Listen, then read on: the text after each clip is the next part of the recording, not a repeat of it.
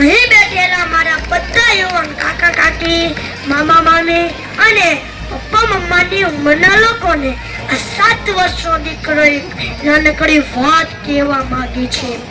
લોકો કહે છે કે ઘર મોટું બનાવવા માટે સિમેન્ટ, ઈંટો અને પૈસા જોઈએ, પણ સાચું કહું ને, ઘર મોટું ઈંટોથી નથી બનતું, પણ ઘરમાં બેઠેલા મોટા વડીલોથી બને છે.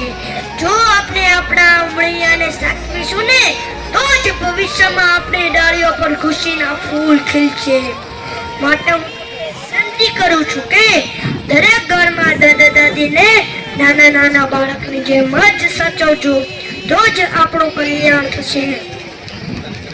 અને હું મારા જેવા નાના મિત્રોને પણ હું કહીશ કે વિડીયો ગેમ રમવા કરતા થોડો સમય દાદા દાદી પાસે બેસજો.